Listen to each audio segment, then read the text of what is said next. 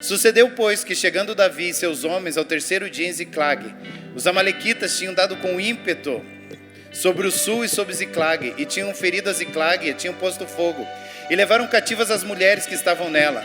Porém ninguém mataram, nem pequenos nem grandes, tão somente levaram consigo e foram pelo seu caminho. E Davi e os seus homens vieram à cidade, e eis que estava queimado a fogo, e as suas mulheres, seus filhos e suas filhas eram levadas cativos. Vocês podem imaginar o sentimento. Davi estava guerreando, e quando ele chegou na cidade dele, a cidade foi queimada, e os filhos estavam cativos, as esposas estavam cativas, a família tinha sido levada. Isso é o pior lugar que um ser humano pode talvez passar, de nem saber como está sua esposa, nem saber como estão seus filhos. E lá no versículo 7, e aí o que aconteceu? Davi ficou muito angustiado. Davi ficou em pânico, muito angustiado, porque o que acontece é que o povo falou: não, nós estamos nessa situação por causa de Davi, então nós vamos apedrejar ele. Ele estava lá todo angustiado, mas aí ele chamou Abiatar, e eu vou continuar contando a história. Ele chamou o sacerdote, pediu que o sacerdote trouxesse o colete sacerdotal, que era onde eles recebiam direção, que era o símbolo da direção de Deus. E Davi, a Bíblia não narra ele conversando com Deus por um longo tempo, mas aqui ele lembra que ele pode ouvir a Deus. E a Bíblia diz que ele entra, deixa eu achar onde está aqui. E a Bíblia diz assim: então consultou Davi ao Senhor, dizendo: perseguirei eu essa tropa, alcançá-la-ei. E o Senhor diz: persegue-a, porque de certo alcançarás, e tudo você vai libertar. Partiu, pois, Davi, versículo 9, 1 Samuel 39. Partiu, pois, Davi, ele e os 600 homens que com ele se achavam, e chegaram ao ribeiro de Besor, onde ficaram atrás, pararam. E seguiu Davi, e ele e os 400 homens, pois 200 homens ficaram para trás, não podiam, cansados, eles estavam cansados, não podiam passar o ribeiro. Eles vinham de uma guerra, eles estavam moídos, e eles estavam agora angustiados, eles estavam numa situação emocional terrível. Mas Davi ouviu o Senhor e se fortaleceu no Senhor, a Bíblia diz. E aí a Bíblia conta que eles acharam um homem que tinha sido deixado para trás do exército inimigo. Esse homem levou eles até o exército inimigo, e eles conseguiram recuperar a vida das esposas, dos filhos. Todas as vidas foram preservadas. E mais, eles tinham perdido financeiramente muito. Eles tinham perdido pessoas, e eles tinham perdido tudo financeiramente. Mas por causa da direção, porque eles ouviram a Deus, Deus deu graça para eles irem atrás do que tinham perdido e trazer de volta. E quando eles foram, o povo que tinha, os amalequitas que tinham roubado as esposas, os filhos, os bens dele, já tinham roubado muito mais. Então eles tomaram muito despojo, eles tomaram muitas coisas que estavam na mão dos amalequitas, de forma que eles ficaram muito mais ricos do que antes de passarem por aquele problema. Eles ficaram muito mais prósperos do que antes da dificuldade. Tudo isso porque um homem decidiu ouvir a Deus e se fortalecer no Senhor. Porque no dia que está todo mundo em pânico, está todo mundo angustiado, se os homens de Deus ouvirem a Deus, se fortalecerem no Senhor,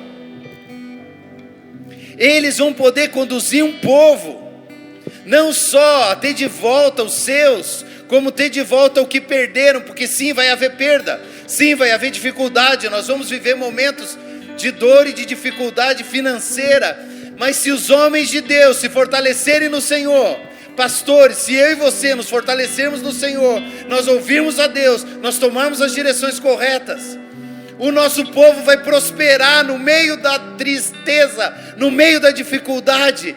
Não porque eles vão fazer negócios espertos e eles vão conseguir tirar dinheiro dos outros, mas porque o Senhor em nós é a esperança da glória. Então todo mundo vai viver o dia de dificuldade. Nós também vamos chorar por não saber o que está acontecendo.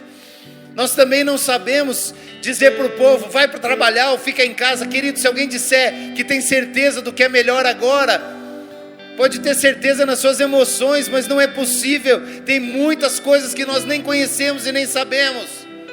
Os super convencidos, o maior tipo de ignorante agora é o que tem certeza, porque não tem certeza de nada. Só Deus tem certeza. Guedes não tem, Bolsonaro não tem, Dória não tem, Witzel não tem, e você não tem. Então não fica lacrando agora e batendo nos outros, porque não é momento de ter certeza, é momento de consultar Deus. Então, agora nós não temos mais uma estola sacerdotal, mas nós temos dentro de nós o Espírito Santo de Deus. Pastor, pastora, vá para a presença do Espírito Santo, se encha de força no Senhor e permita que esse Espírito Santo que está te renovando e me renovando, nos leve a conduzir um povo em vitória. Não tenha medo, você está apanhando até do teu povo. As pessoas estão dizendo, quer reunir para pegar o dinheiro.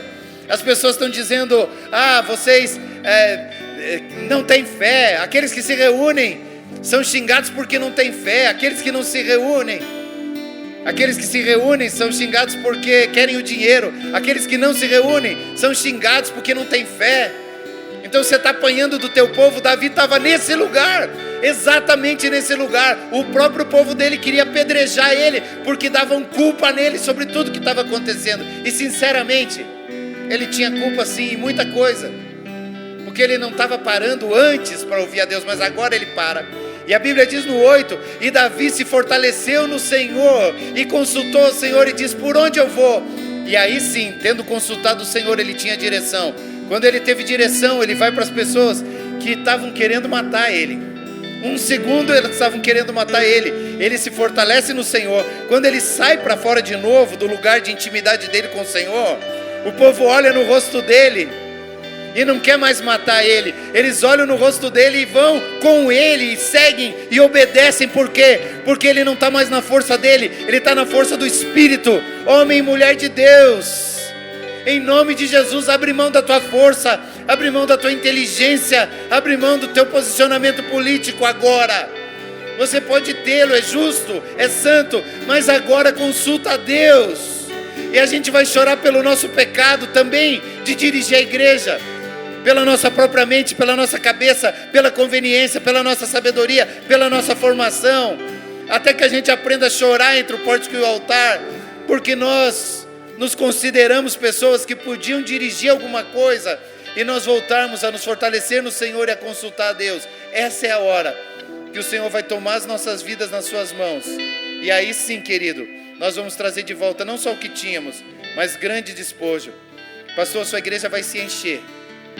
Isso não significa que isso vai ser bom, porque isso só vai ser bom se você ouvir o Espírito Santo e se você se preparar para responder à necessidade do dia.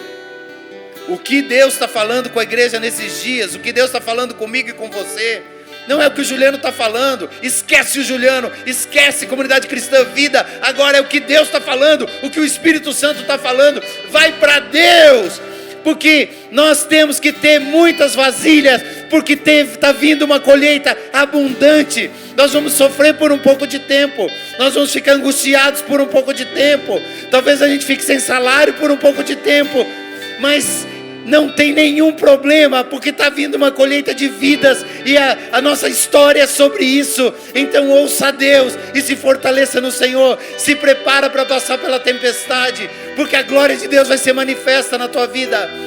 Homens de joelho vão pôr um povo de pé, homens de joelho vão pôr um povo de pé, e nós vamos tomar não só o que era nosso antes, mas as igrejas vão se encher. Mas o que adianta a igreja cheia se nós não tivermos intimidade com Deus e não tivermos uma palavra de Deus? Então se prepare, porque a sua igreja vai encher. Mas o que vai ser do povo que encher a tua igreja?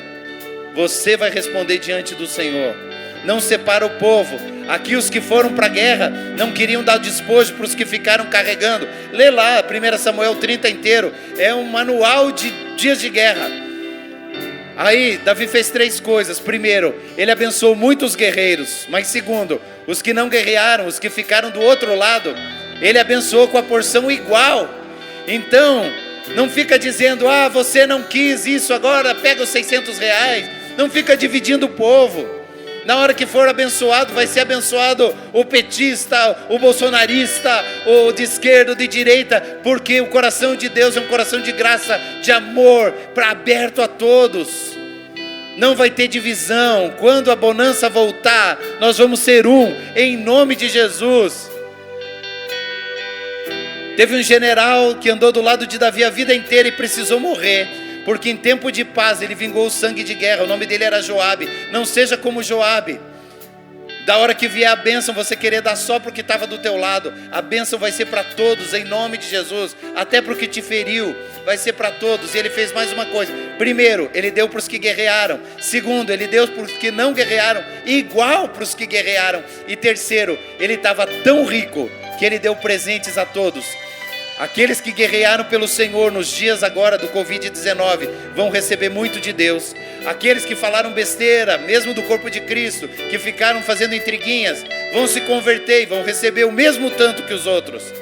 Mas aí vem o principal: nós vamos abençoar nossas cidades, nós vamos abençoar nossa nação com a abundância que o Senhor vai derramar por quem tiver se posicionado.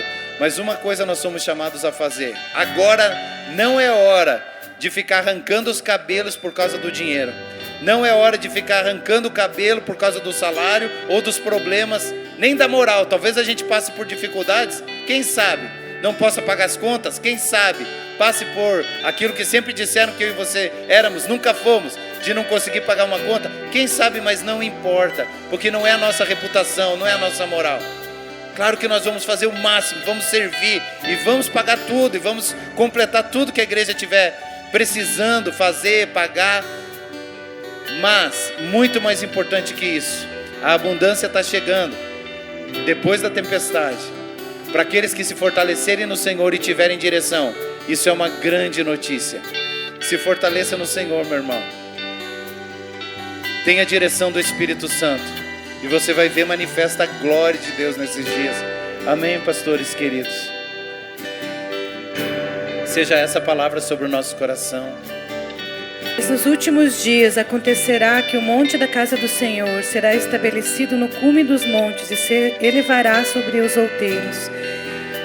E concorrerão a ele os povos. E irão muitas nações e dirão: vinde, subamos ao monte do Senhor e à casa do Deus de Jacó, para que nos ensine os seus caminhos e nós andemos pelas suas veredas.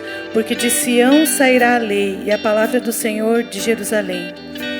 Eu creio que esses são dias onde o Senhor quer levantar a igreja com uma voz de sabedoria, com discernimento sobre o que Deus está pensando, sobre o que Deus está falando. E Ele vai nos fortalecer a cada um de nós, pastores, líderes nessa cidade, nessa nação, para que nós possamos ter uma palavra do céu para o nosso povo.